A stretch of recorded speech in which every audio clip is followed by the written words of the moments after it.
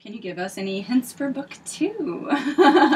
Because you're all on book 2 about to come out. She's in the thick of book 2. Now, what is the name of book 2 for you? It's called Through the Evernight. Through the Evernight. Awesome title. And will it have more, kind of the same balance of dome, or will there be more of the dome in there? Or can you say? I can say there will be more. There'll be more of Arya's world for sure. Okay. Yeah. I really love, like, Perry's world and stuff, so, but it would be interesting to see. Yeah, more you'll of see the more dome. for sure.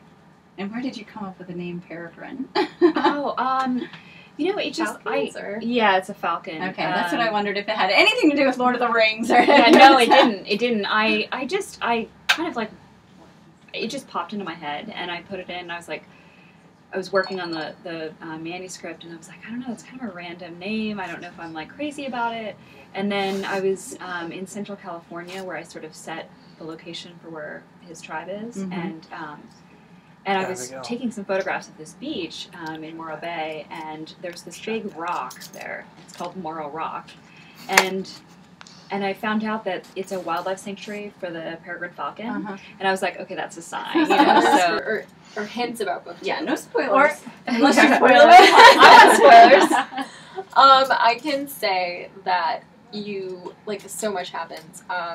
Lots of, like, twists, lots of, like, unexpected things, big reveals, that sort of thing. You learn why, spoiler alert for book 1, but you learn, like, exactly why. Oh, you haven't read it. Closure. That's okay. You learn exactly In, why like, 2 weeks. why Adam and Warner can touch Juliet, and why there's like specific, there are like in-depth reasons for all of that, and all of that comes to light. You also learn a lot more about Juliet's ability, because like in the first book you see like it's not just her touch, but then she like can like break things and whatever, and she's like, I don't even know what's happening. And what's funny to me is that like everyone always compares her to Rogue, and I'm like, you have no idea what's about to happen. Like she's really it's a lot more than that. So you'll learn a lot more about her, why she is the way she is, and what she can do. It's just like, you know, it's basically like a lot of things are left unanswered in the first book, and it's like so like almost all of those questions are answered, and then like a ton more are asked, and then those get answered. When does book 2 come out? And what's the name? It's called Unravel Me, and it'll be out February 5th, 2013. Okay, that's So far away. I know, but I feel like we just got done with February. we have fun stuff coming up before the second book comes out, so Oh, good. it'll be you won't be disappointed. It isn't what you think, Okay. but it's I'm excited about it. So Does any of your book 2 introduce any new characters that you can maybe mention or anything? Yeah, definitely. Yeah. Mine brings in some new characters that are actually mentioned in the first book. So, like I mentioned, Liv and Sable will meet him, and so yeah, there's a couple of new added characters. Yeah, you meet a lot of people who are talked about and alluded to in the first book. The king becomes one of the main characters of the book. You learn a lot about him, what his motivations are. You learn a lot about Moss, who's one of the characters who's kind of mentioned peripherally. And there's several new characters. There are a few people who are living in the palace who play a huge role. Some befriend Eve, some are Eve's new enemies, and she has to kind of figure out who she's going to trust. I don't know how much you want to talk about book 1. I don't know if it's too spoilery to talk about the end, but I know Kit was a little upset with About the the ending. end, I know, I get a lot of flack for the end.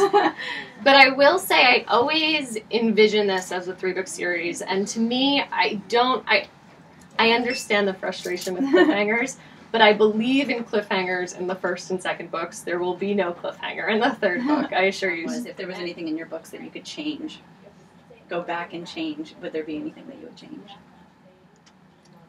No, not for me. I can definitely say no.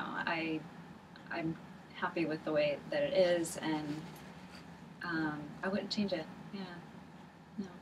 You know, it's a representation of like who you were at that time and your skills at that time. So even if like I could improve, you know, like the language or anything like that, I wouldn't want to, because it's like a souvenir of that time of my life and what I was doing and thinking, and so it's in a way it's like this.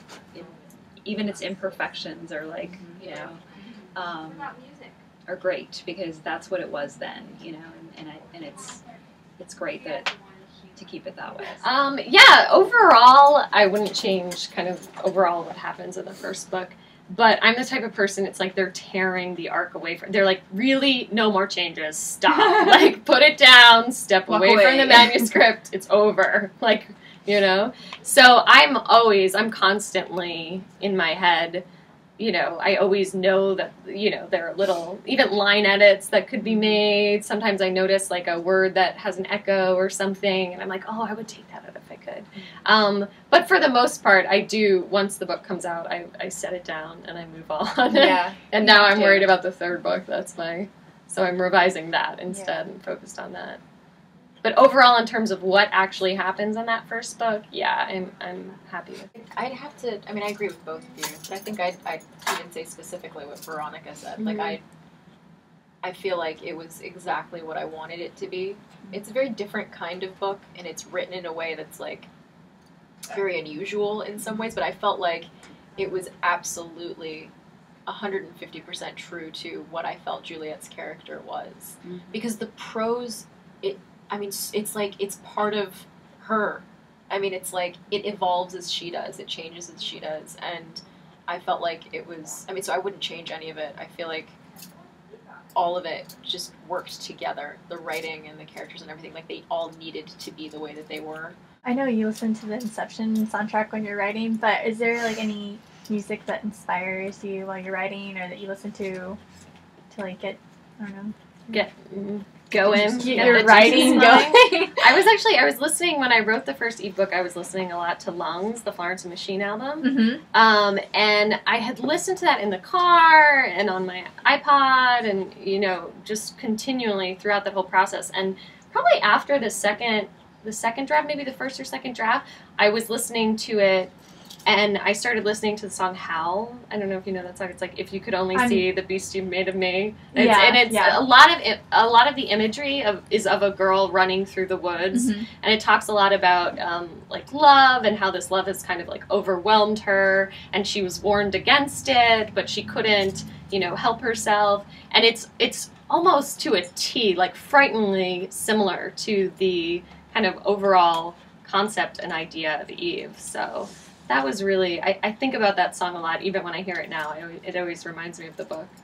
One that I really love is E.S. Posthumous, which is like these really big, epic music, and it's awesome, and it's really like, just captures tons of emotions, either like really high intensity, or it's like this really beautiful, sort of sweeping. I think it's like the main song for Sherlock Holmes, like that, you know, that opening, it's like, just gets your heart racing, and anyway, it's great writing music. I recommend it to a lot of writers, and people are always like, "Oh my god, it's great! I love it." A Dark Knight is a really good soundtrack. Yeah, as well. And then really good. also, I really like Chemical Brothers. I love the They Chemical did the Brothers. whole soundtrack for what's it called, Hannah. Have you guys seen that. that? Oh, yeah. Loved that movie. I love that movie music a is lot. so Well, I guess that's Thank all we you have. so Is that it? much. That's it. It's We done? took up so much of your Well, time. thank you. Yeah. We just like feel so comfortable. We're just I know. I thought we were hanging out. Adam takes his shirt off, but he does that a lot.